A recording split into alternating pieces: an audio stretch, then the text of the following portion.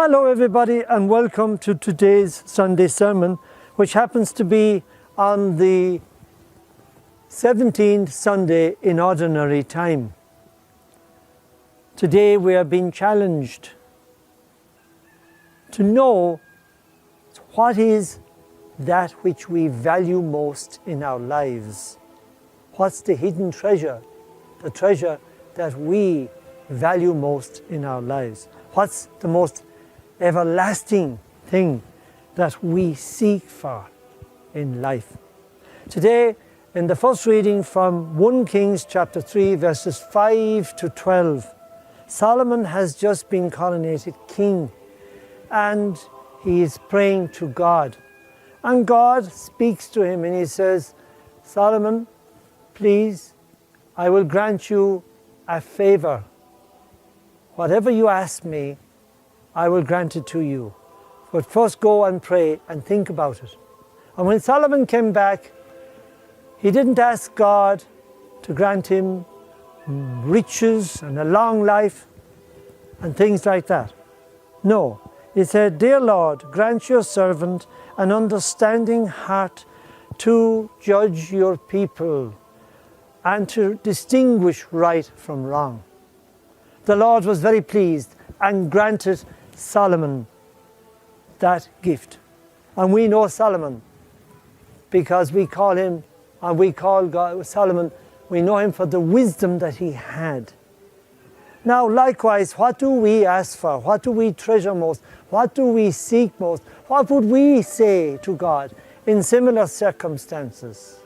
We always note and recognize Solomon for his wisdom. That's in fact what he was asking the Lord for, was wisdom.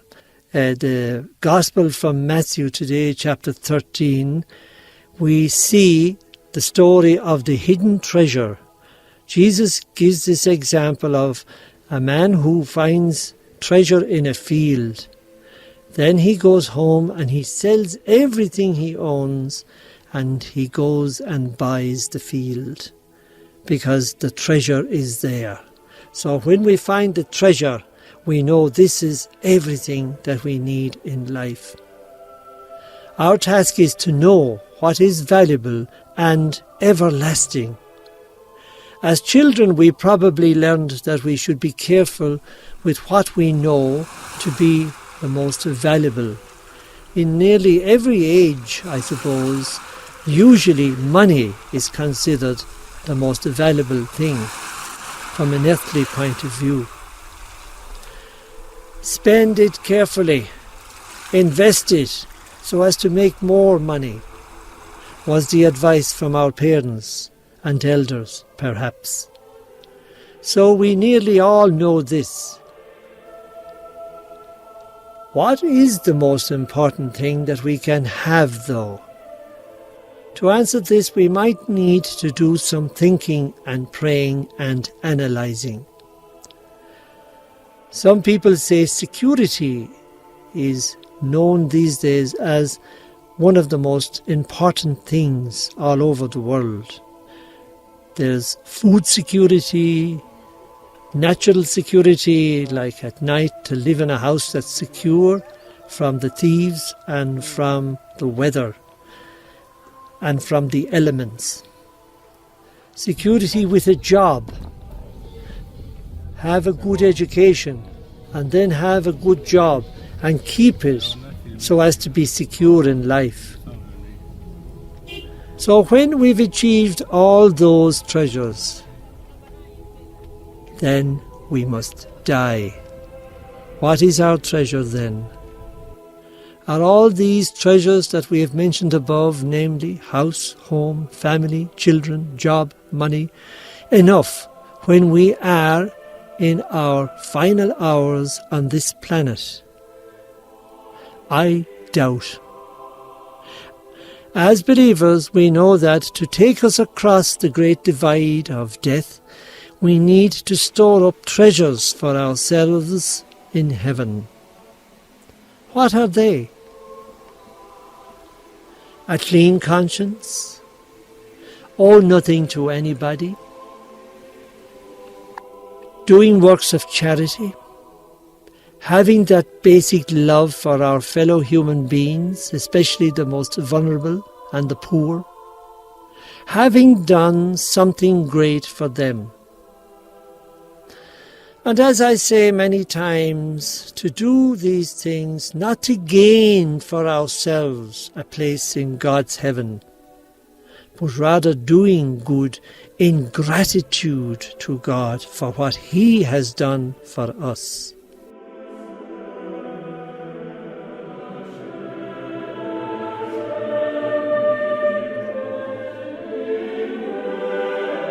God has simply shown us He loves us and has died for us. And He has given us a place in His kingdom.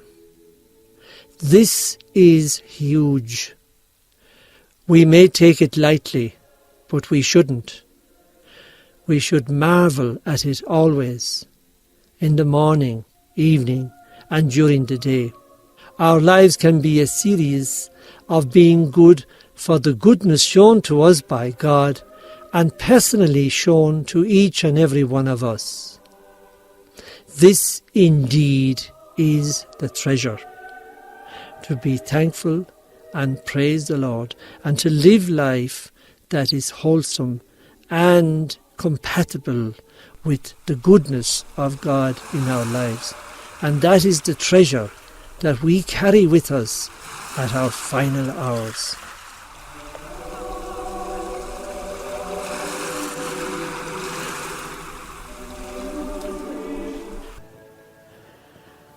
So therefore, it is better to have a positive outlook about ourselves in reference to God. God is very close to us, very fond of us, closer than we are to ourselves, and more in love with us than we are with ourselves. That is definitely true.